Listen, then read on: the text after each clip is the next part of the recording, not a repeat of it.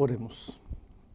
Pai querido, vamos abrir a Tua Palavra agora e queremos fazê-lo com a certeza de que Teu Espírito está conosco, iluminando o nosso entendimento. Em nome de Jesus, amém. Amém. Hoje vamos a estudar o tema da criação. Vejam, eu tenho um relógio muito bonito até aqui nas minhas mãos. Vocês achariam que eu estou louco se eu disser para vocês que este relógio apareceu assim de repente, ao longo de milhões de anos, um pedaço de couro juntou-se com outro, um parafusinho juntou-se com outro, apareceu um pedaço de vidro, os ponteiros, o segundero, a fivela, e que isso foi fruto de milhões e milhões de anos até aparecer um relógio perfeito. Seria uma loucura. Estaria fazendo um papel ridículo, querendo convencer vocês de que o meu relógio apareceu ao longo dos anos.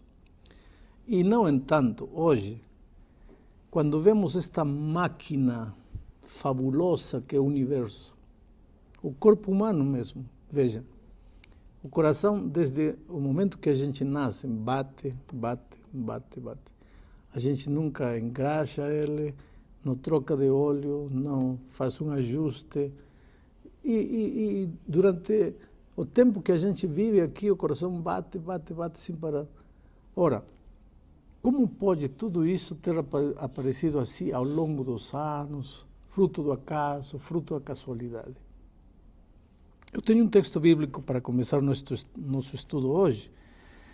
Em Hebreus capítulo 11, versículo 3, diz assim: pela fé entendemos que foi o universo formado pela palavra de Deus, de maneira que o visível veio a existir das coisas que não aparecem.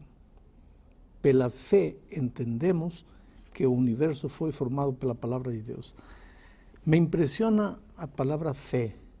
Pela fé aceitamos que este universo tem um Criador, pela fé.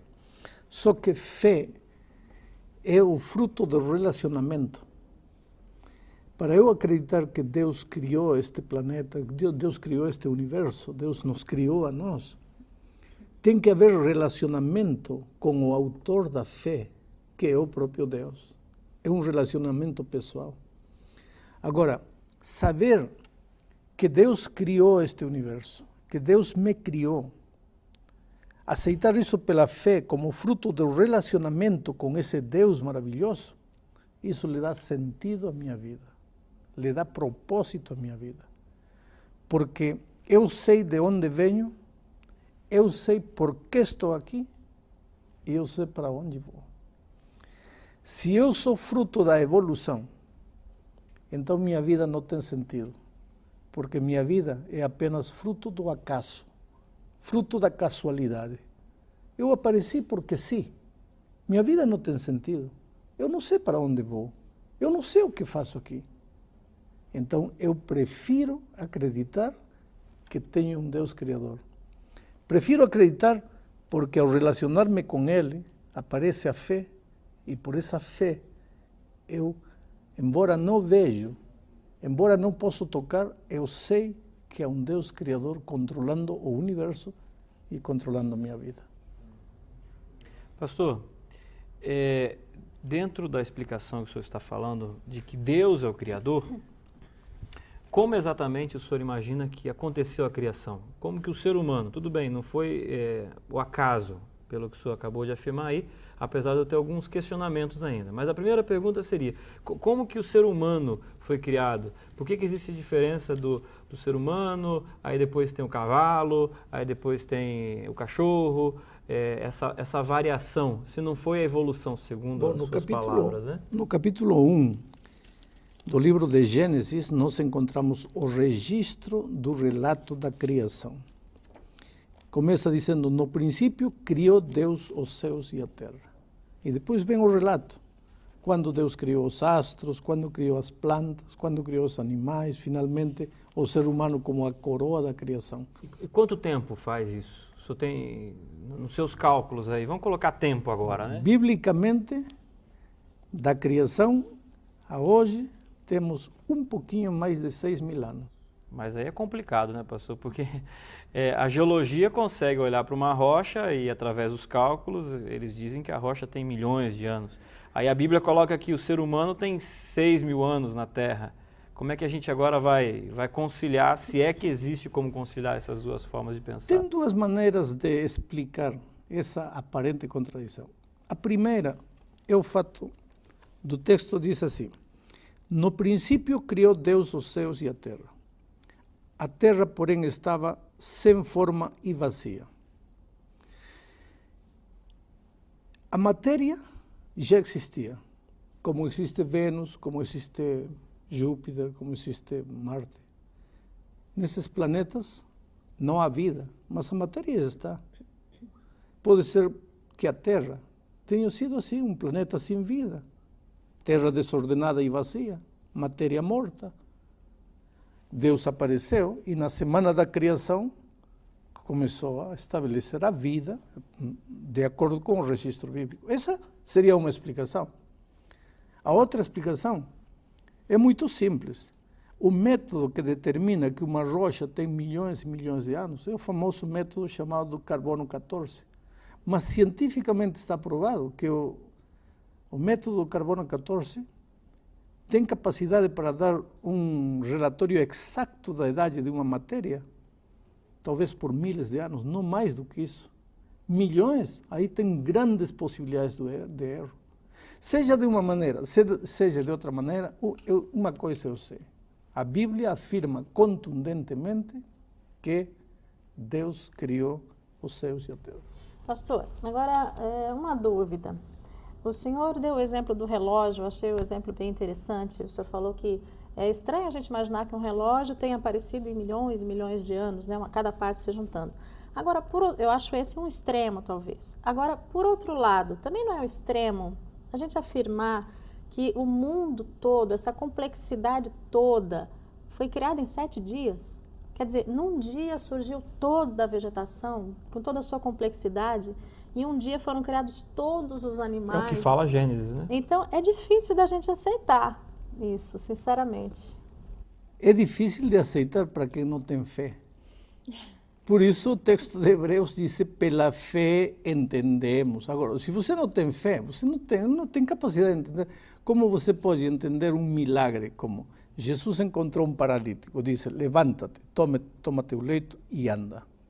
Vamos chamar aos maiores médicos do mundo. Me expliquem como um paralítico durante 38 anos não podia mexer os pés. E num segundo andou. Ninguém pode explicar, porque milagres não se explicam, milagres se aceitam. A semana da criação é um milagre. O texto diz, pela fé entendemos que pela palavra de Deus. Deus diz, seja luz, a luz apareceu. Aparecem as plantas apareceram. É um milagre. Porque, como um homem, se você quer entender racionalmente, um homem, para ser um homem adulto, tem que ter sido uma célula pequena, tem que ter ficado no ventre da mãe 9 meses, tem que ter nascido, tem que ter sido um neném. Adão apareceu adulto. É um milagre, não tem explicação. Por isso, Paulo, escrevendo aos Hebreus, diz, pela fé entendemos. E é por isso que nosso primeiro estudo desta série foi o tema da Bíblia. Porque se nós não aceitamos a Bíblia como a palavra de Deus, não vamos entender mais nada nem aceitar mais nada. É ou não é a Bíblia a palavra de Deus? Se é a palavra autorizada de Deus, é fácil acreditar tudo aquilo que a palavra de Deus diz. Pastor, eu não vou nem para um extremo nem para o outro. Eu não vou ser nem criacionista e nem evolucionista. Vamos tentar juntar as duas coisas. Existe Deus e ele utilizou do processo da evolução, grandes períodos de tempo, vamos dizer assim, que ele estava ali na coordenação. Eu posso entender dessa forma também? Por exemplo, Gênesis como um livro alegórico, cada dia talvez um período grande de milhões, bilhões de anos, e Deus olhando para isso e talvez até dirigindo, tá? Mas não dias literais de 24 horas. Eu posso entender dessa forma? Vou ler o que disse aqui, Gênesis 1:4. Chamou Deus a luz dia e as trevas noite. Houve tarde e manhã do primeiro dia. Ponto. É um dia literal de 24 horas. Não é um símbolo de 1000 anos, não é um símbolo de milhões de anos. É um dia literal de 24 horas. Mas como pode? Milagre. O senhor vê algum problema de eu imaginar um Deus nesse processo de evolução? Vejo um problema, porque estou fazendo a Deus incapaz de criar um mundo em 7 dias. Por que Deus seria capaz? Por que precisaria de milhões de anos? Ele é Deus. O texto diz pela palavra de Deus. Ora, se foi pela palavra de Deus, para que 1 milhão de anos? Para que milhões de anos? A palavra de Deus é instantânea. Falou, aconteceu. Então, o senhor está me dizendo que Gênesis não é uma alegoria. Porque me permita não dizer algumas denominações, mas grande parte delas hoje olha para Gênesis como uma alegoria e não de fato, né? O que o senhor me mostra em Gênesis falando assim, não, Gênesis é um livro verdadeiro, inspirado e não simplesmente uma fábula de como no passado as pessoas imaginavam ou imaginaram que seria a criação. O problema do ser humano, ele quer humanizar a Deus, quer fazê-lo um Deus pequeno. Quer explicar o que Deus faz ou o que Deus não faz. Por exemplo, na Bíblia encontramos a parábola não é a parábola, é a história de que Jonas foi engolido por um grande peixe, não diz baleia, um grande peixe. Esse grande peixe teve Jonas no ventre durante 3 dias. Não o digeriu, 3 dias depois o jogou vivo. Esse é um fato. História, a Bíblia afirma, e eu acredito nisso. Agora, tem cristãos querendo dar uma mãozinha a Deus, uma ajudinha a Deus. Andam pelos mares tratando de descobrir um peixe grande que seja capaz de engolir um ser humano, tê-lo no ventre 3 dias, não digeri-lo e expulsá-lo vivo. Eu já vou dizendo a esses amigos que podem passar a vida toda procurando, não existe esse peixe. Esse peixe existiu só naquela ocasião e porque Deus quis. E tem uma coisa mais, Deus não precisa ajuda. Eu não posso, não, porque não tem lógica que 24 horas, então tem que ser milhões querendo dar ajudinha a Deus. Deus não precisa ajuda.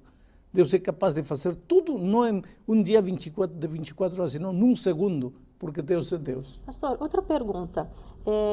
Deus é poderoso, né? Da forma como o senhor está afirmando, nós sabemos que realmente é, mas a gente ouve falar que existem outros planetas, né? O universo é imenso e Deus criou todo o universo, de acordo com o que a gente está aprendendo aqui. Então, existe vida nos outros planetas? Às vezes aparecem, a gente vê na televisão, né, uma pessoa que viu um extraterrestre aqui, um extraterrestre ali. Como é que a gente deve entender tudo isso? A Bíblia diz que sim, que há vida em outros planetas fora do sistema planetário solar. Em nosso sistema planetário, Marte, Júpiter, Saturno, Vênus, não existe vida, só na Terra. Não adianta os cientistas hoje querendo explorar, vamos ver se tem vida. Não tem vida. Agora, fora do sistema planetário solar, claro que há vida. E tenho um texto aqui em Jó que quero ler para vocês. Capítulo 1, versículo 6, diz: num dia em que os filhos de Deus vieram apresentar-se perante o Senhor, veio também Satanás entre eles. Que filhos de Deus eram esses? Seres não caídos de outros planetas. Agora, esses seres vêm a esta terra em ovnis, em pratos voadores. Não, de fato, esses seres são seres que não caíram no pecado. E eles não estão vindo a esta terra visitar. Esse é um outro tema, não vamos a tocar agora, não vamos a desviar-nos no tema. Mas a Bíblia afirma que sim, há vida em outros planetas.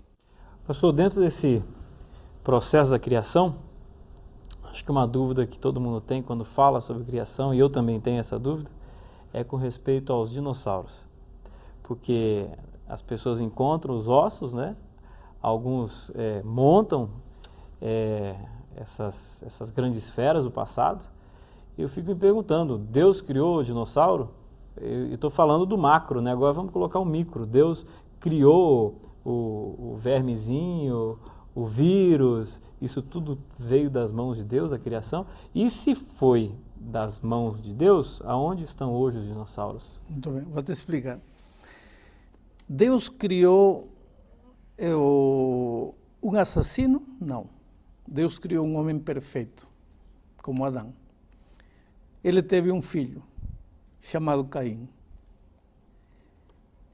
Infelizmente entrou o pecado a este mundo, através de Adão e Eva, e o pecado se espalhou pelo mundo, fazendo estragos. E o filho de Adão virou assassino. Deus criou tudo que existe neste mundo. O pernilongo foi criado por Deus. Só que depois da entrada do pecado, muitos dos animais, muitos das avecinhas ou dos insetecinhos, que tinham outras funções, viraram, como dizer, assassinos. Quer dizer, o plano original de Deus se distorceu.